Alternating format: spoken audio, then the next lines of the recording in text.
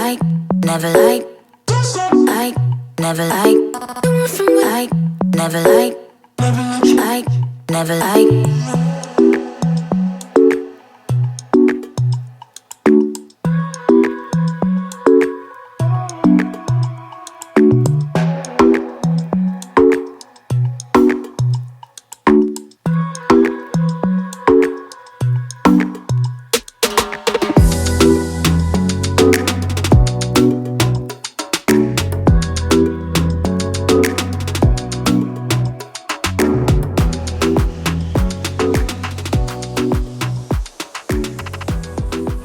Thank you so much.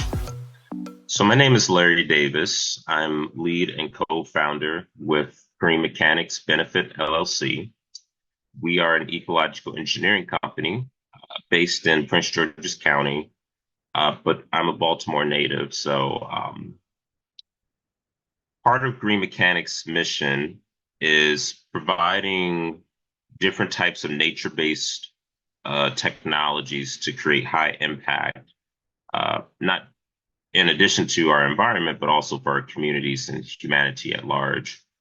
And the way that we've been able to kind of go about that for the last 5 years as a company is to take innovative, novel, nature-based technologies, apply them to ecosystem restoration projects, or maybe this could be in the form of research, or maybe benchmarking or assessments, things of that nature, and figuring out what are the credits, incentives with which communities, municipalities, private sites, farmers, those different types of audiences at large can essentially generate the most amount of good with the least amount of input.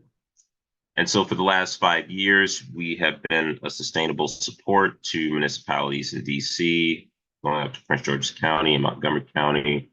But then really excited about for Baltimore is we think that there's a lot of opportunities to be of support. So from the perspective of climate justice and environmental solutions, part of our interest in the last couple of years has been into how do you create more accessible monitoring and as a way to provide more abilities for communities to first benchmark and figure out and quantify what types of challenges and problems are within their particular zip codes. And then how that you can use that data to then make more well-informed decisions of finding solutions to address those disparities at hand within that particular community. So part of that kind of started in DC a couple of years back. And in DC's sustainable plan, part of their monitoring for this type of thinking was looking at flooding or stormwater management or green spaces that are within the landscape. And essentially, part of the hiccups that this particular practice or discipline has with green spaces and mitigating dirty stormwater is that, you know, these types of projects that go into the ground can be quite expensive. They take time to go through permitting. You need the right staff, the right engineers, and the right people to build and construct green spaces that can treat and address dirty stormwater. And the last thing you want is to have these facilities being installed in our communities that then underperform or, let's say, fail to perform at the standards needed to provide flood mitigation and treating dirty stormwater. That then adds on these layers of climate injustices on a micro level for our communities, meaning that you might have some communities that, because maybe there was better implementation or better designs that could suit the particular space to address dirty stormwater through green spaces compared to other locations, you create a disparity there as far as for flood mitigation and overall just unhealthier watersheds in our communities. And so with DC's efforts, part of their initiative was to figure out ways of how you can create more smart sensors that can be integrated into these green spaces and to monitor these facilities proactively in order to make more well-informed design systems that can provide more of these ecosystem services for communities at large. So if you apply this to a location like Baltimore, where you have significant impervious surfaces, so parking lots, sidewalks, maybe not as many trees, maybe not as many green amenities to help, relegate temperature and address a large sum of dirty stormwater every time it rains. Having data to make more well-informed decisions, especially in ultra-urban environments like Baltimore, becomes ever increasingly important to make sure that you can make cost-effective decisions to create climate justice solutions for, let's say, stormwater management. But this could be for any type of sustainability measure, as far as for building efficiency, air quality. If you're an urban farmer, looking at how you can have more accessible data to your particular soils that's real time, and you can make more proactive decisions that helps you to save more time and money and effort. All of those contingencies are going to be very important from when we're considering a climate justice perspective.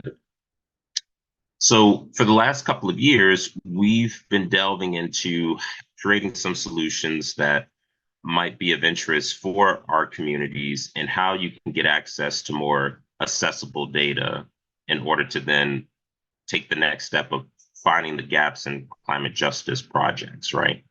So part of our approach has been, if you pull out your cell phone, and you might notice in the right corner of your screen that you might be on a 4G or 5G network.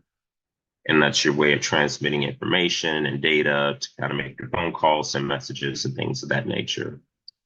So we're kind of modeling that signaling approach that we use for our cell phones, but we're just using it at a lower frequency level. So you think of this as more of a half G or 1G.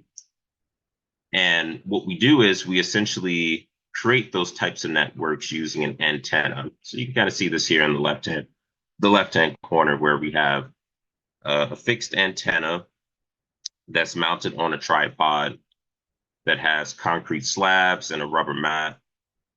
Essentially, the system is mounted on a rooftop here in East Baltimore. And so that's just to prevent roof impacts, things of that nature. So essentially, we have an antenna that's fixed at a high line of sight. It's solarized, so that way, in case you don't have an electrical source to plug in, you can still get access to power the equipment without having a plug-in. And essentially, the idea is that the higher the line of the site, the wider you're able to broadcast this low frequency network. It's kind of like an umbrella. So the idea is that the higher the umbrella is, the higher the broadcast can go, and the greater the capacity for providing more accessible monitoring and data collection of what's of interest for that particular community. In this next slide, referencing our antenna system that was on the last slide, just kind of shows what are some capacities for creating more accessible monitoring, which ultimately leads to more well-informed climate justice projects and solutions at large for Baltimore, but just in general. The picture to the left is an image of what that cloud coverage looks like from the system that we saw on the other slide. So this is kind of a system mounted on a commercial building.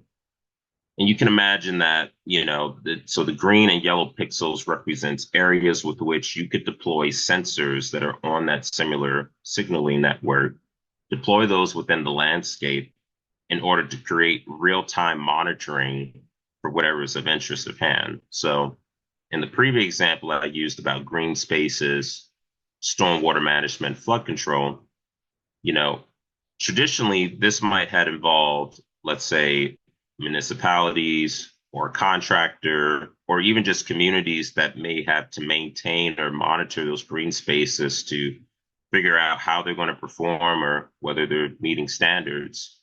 If you start getting into footprints such as big as this, it becomes more difficult to monitor all of these different green assets that are in our environment, because you need staff time, you need people, you need equipment, you need time, you need money to be able to provide those proper monitoring protocols. But in this approach, this allows for a more accessible, capacity-driven way to cover that same footprint of monitoring without having as much of the people, time, staff, money, things of that nature.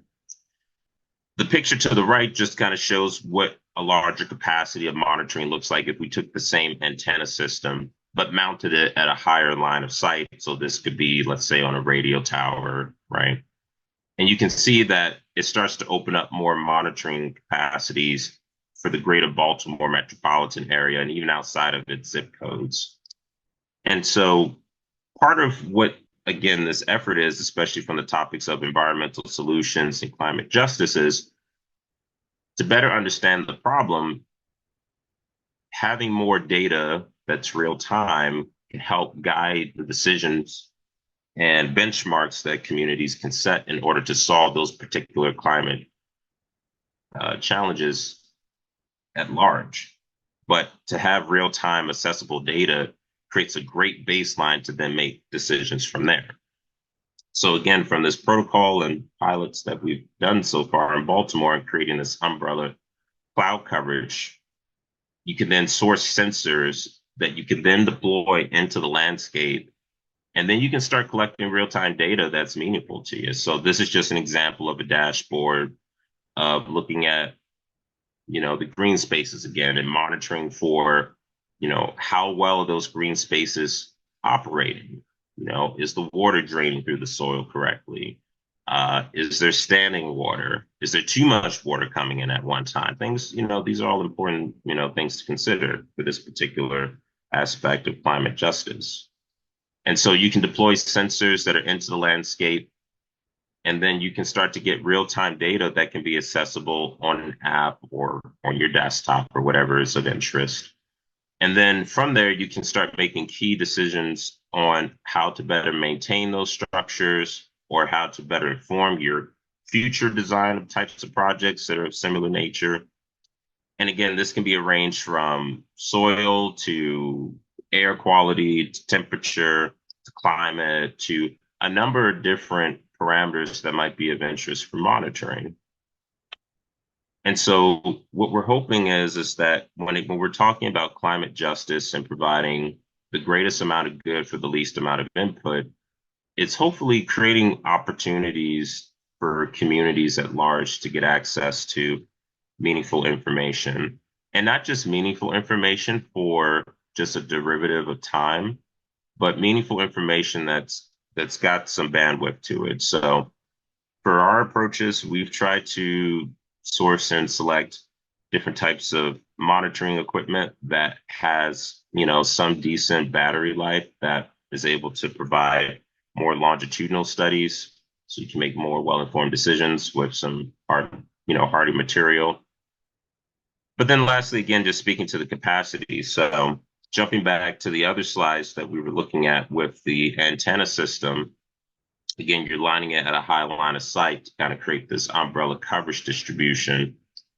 You deploy sensors into the landscape to then collect real-time data so you can make more well-informed decisions. Well, the question then comes up, well, how much monitoring capacity can you actually do? Like on a sensor to sensor, how many sensors could you throw out there? Well, we've determined that, for every antenna system that you develop, you can mount up to about 100,000 sensors in proportion to that particular gateway setup. So again, this is just on the premise of climate justice, is that you want to create capacity, you want to create accessibility, and you want to create relatively some convenience that's beneficial to the community or municipality, or maybe you're a private, site owner, things of that nature. What are ways with which you can source information and make more real-time decisions so that you can be empowered to generate the most amount of good for the least amount of input when it comes down to creating more climate justice for your particular community or zip code or jurisdictions and things of that nature. And with that, thank you for listening for what Green Mechanics is sharing about and climate justice and data monitoring, and looking forward to connecting with you all. Great presentation, Larry. Thank you. I got a couple of quick questions. What would you say is the biggest barrier to adoption for your solution is my first question. And then second question is, how do people get in contact with you? The biggest barriers are creating more convenient ways of monitoring. It's funny, I heard in an interview the other day that part of trying to create solutions is really better understanding what the problem is at hand. And in order to better understand the problem, having more access to data better helps inform us of what the problems are.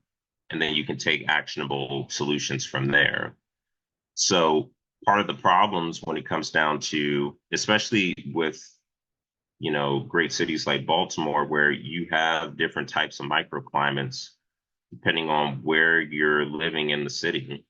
There might be, for example, certain parts of the city that might receive more rainfall, or there's certain parts of the city that experiences more flooding because there's a lacking of green spaces, or there might be more green spaces across the board within Baltimore, but certain systems are failing more just because of ultra urban conditions.